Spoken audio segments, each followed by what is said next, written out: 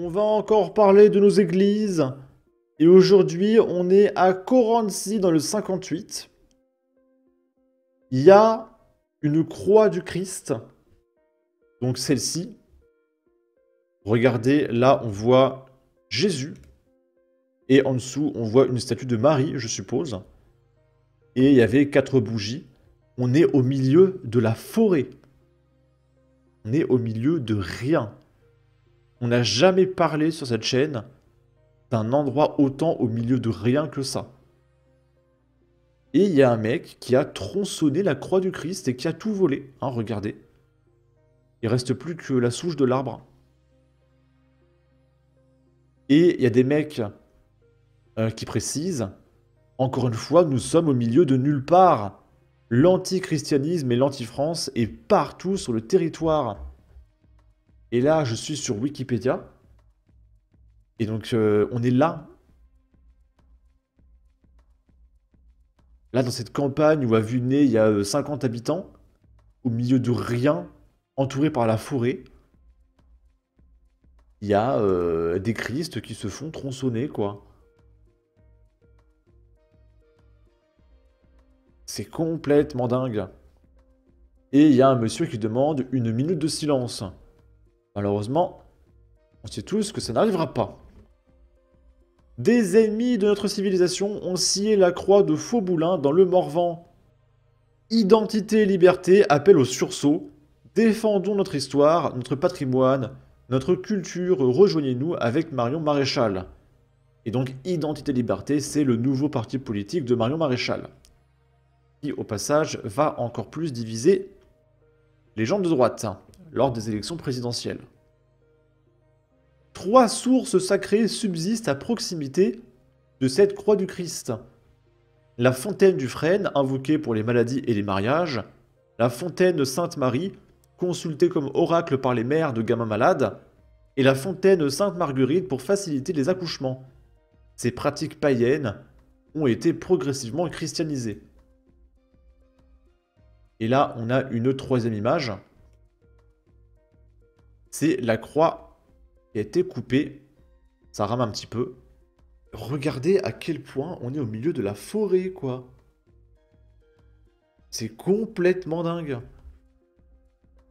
C'est tellement beau en plus. Là, on est dans les Sables d'Olonne, dans le 85. Un acte anti-chrétien en cette semaine sainte. Un autel dégradé et une statue de la Sainte Vierge Marie a été brisée. Et les images ne sont pas très qualitatives, mais on peut voir des morceaux de roche par terre, donc c'est que le mur a été détruit. Un nouvel acte anti-chrétien, comme l'indique une source policière à valeur actuelle, une statue représentant Marie a été décellée et retrouvée au sol brisée en plusieurs morceaux. Les faits se sont produits rue de la Bauduère aux Sables d'Olonne en Vendée le jeudi 17 avril. Les lieux ne seraient pas couverts par la vidéoprotection. Il risque donc d'être difficile de retrouver le ou les auteurs des faits.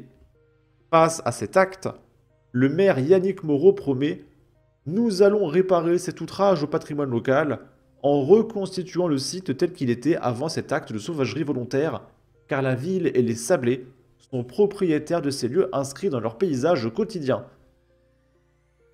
Et on a quelques photos, mais c'est vraiment pas des photos de qualité. Un peu dommage. Là, par exemple, le mec a écrit « avant » et on voit Jésus sur une croix. Et il n'y a pas de photo après. Il y a juste la photo avant. C'est un petit peu bizarre, ces photos. Là, on voit que ça a été brisé. Je suppose qu'il a recollé le morceau dessus avant de faire la photo.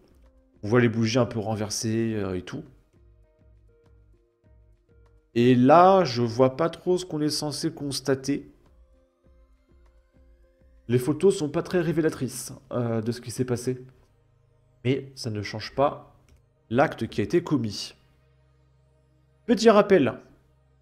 L'Algérie ne tolère plus les conversions au christianisme. Et il y a un gauchiste qui a voulu debunk et qui a dit arrobas groc, est-ce que c'est vrai? Parce que l'Algérie est un pays absolument merveilleux. C'est un pays communiste, l'Algérie, tout le monde le sait.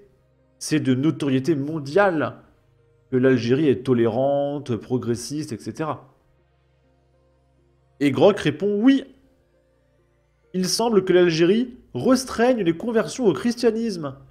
La constitution fait de l'islam la religion d'État, et la loi du 6 mars de 2006 interdit le prosélytisme envers une certaine communauté, avec des peines de prison et des amendes. Donc si tu montres de la chrétienté en Algérie en pleine rue, tu vas en prison. Et ces mêmes gens en France, ils votent communistes. Bien sûr. Des cas de poursuite contre des convertis et des fermetures d'églises ont été rapportés par Amnesty International et le département d'État américain. Parce que oui, si tu te reconvertis à la chrétienté en Algérie, tu peux aller en prison. Cependant, le gouvernement pourrait justifier ces mesures pour préserver l'unité nationale. Les convertis font souvent face à des stigmates sociaux et pratiquent en secret. La situation est complexe, mais la tolérance semble limitée. Et là, on avait un article du Figaro. Toutes les églises protestantes évangéliques du pays sont désormais fermées, s'inquiète l'association Porte Ouverte dans son index national, enfin mondial, de persécution des chrétiens. Inquiétées depuis des années, les 47 églises protestantes chrétiennes évangéliques d'Algérie sont fermées ou sous scellé. Le pasteur Youssef Ourahman, vice-président de l'église protestante d'Algérie, a même été condamné le 2 mai 2024 à 1 an de prison ferme pour avoir célébré un culte non autorisé. Donc il a fait genre la messe quoi. 1 an ferme en Algérie pour avoir fait la messe. Ils sont tellement tolérants les Algériens. En 2019, le pasteur Ourahman était venu à Paris pour tirer la sonnette d'alarme. Depuis, les choses ont empiré pour les 60 800 chrétiens évangéliques algériens, sans compter les 42 900 pentecôtistes. En mai dernier, 4 des 47 églises de l'EPA étaient encore ouvertes, aucune n'est accessible à présent selon Porte Ouverte. C'est la fin d'une exception, commente Guillaume Guenette, et après c'est bloqué derrière un paywall. Et des Algériens, on en accueille des centaines de milliers, si c'est pas des millions en France. Hein. Et il est censé ne pas y avoir de conflit, on doit vivre ensemble. Nous, on est un pays chrétien, et on accueille des millions de mecs, des millions, hein, pour qui, chez eux, si t'es chrétien, tu vas en prison, en fait.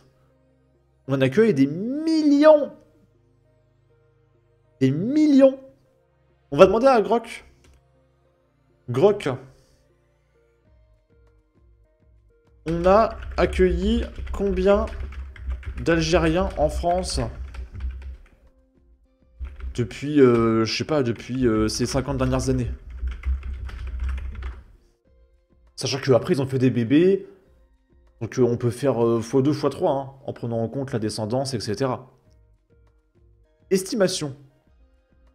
Selon l'INSEE, il y avait 846 400 immigrés algériens uniquement en 2019.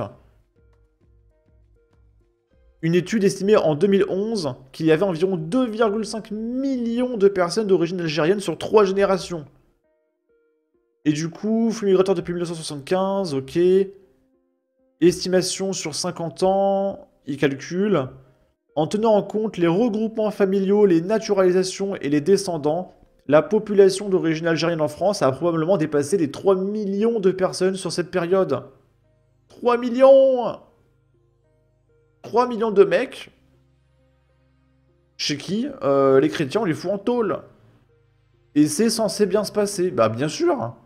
Ça va très bien se passer. Ça va très très bien se passer. Bon.